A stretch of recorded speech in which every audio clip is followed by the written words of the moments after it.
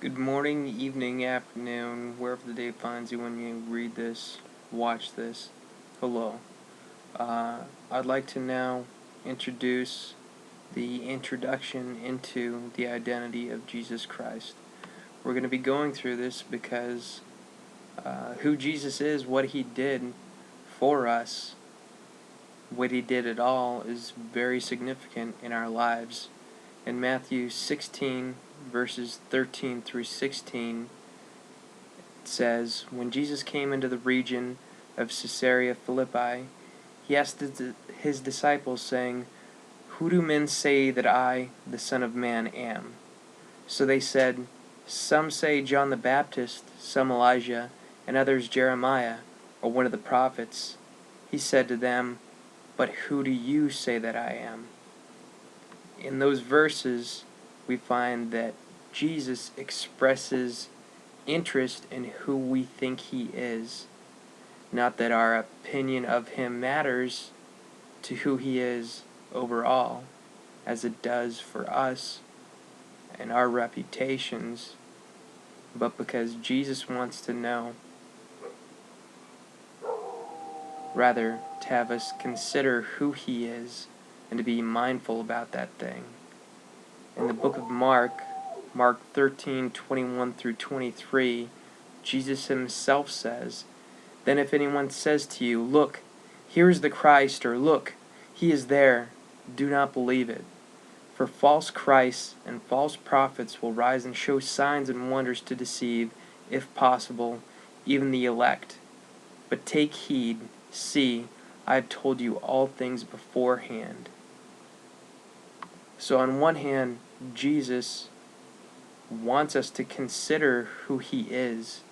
He wants us to be thoughtful and cognizant of his person, of his works. On the other hand, he's warning us that false Christs are going to come. False prophets are going to come. So, in knowing who Jesus really is, according to the authority of the Bible, we'll be able to discern his word. Identity relates to many things.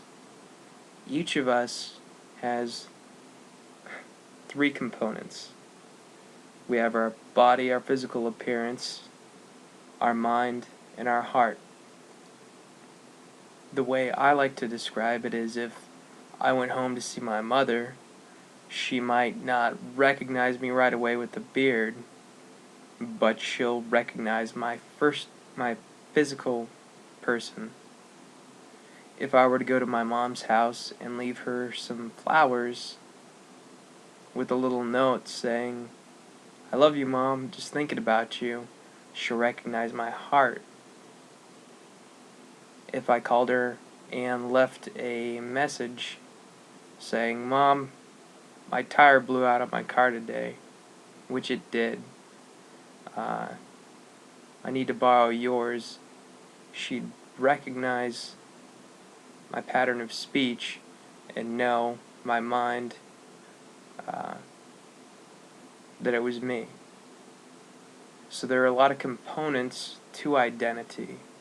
Where you've been, what you've said, what you have, the experiences you hold, all play a part in our identities. What we have is prophecy in the Old Testament that points to the things that the Christ, the Messiah, was going to do.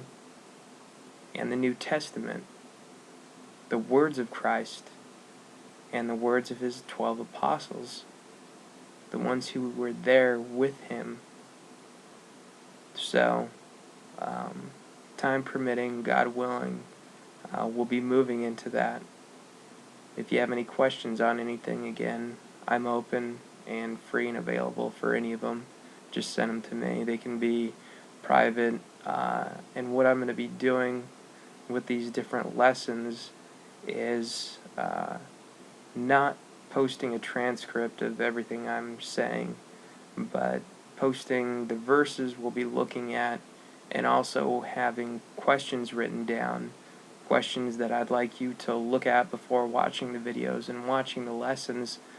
The first few questions just ask you to identify who you think Jesus was, why he was here, what he did, not for the sake of trivia, not for the sake of you write one thing and we see another and haha, I knew it, you didn't, but so you can really examine yourself, your thoughts, your heart as to who Jesus was, and then we'll begin comparing what the world says about Jesus, what this and that says about Jesus, with the Bible, his words, his followers' words, to find out who he was.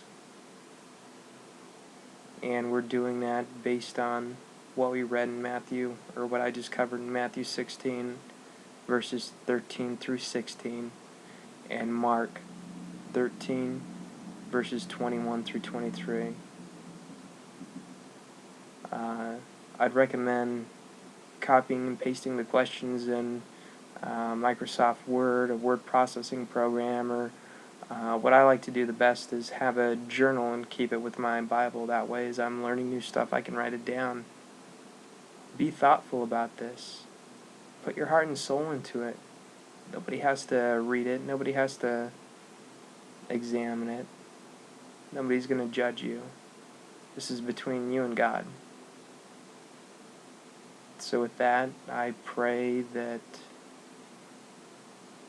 we'll be fruitful, that we can learn together, that you'll see new things, and that you'll be challenged a lot. Amen.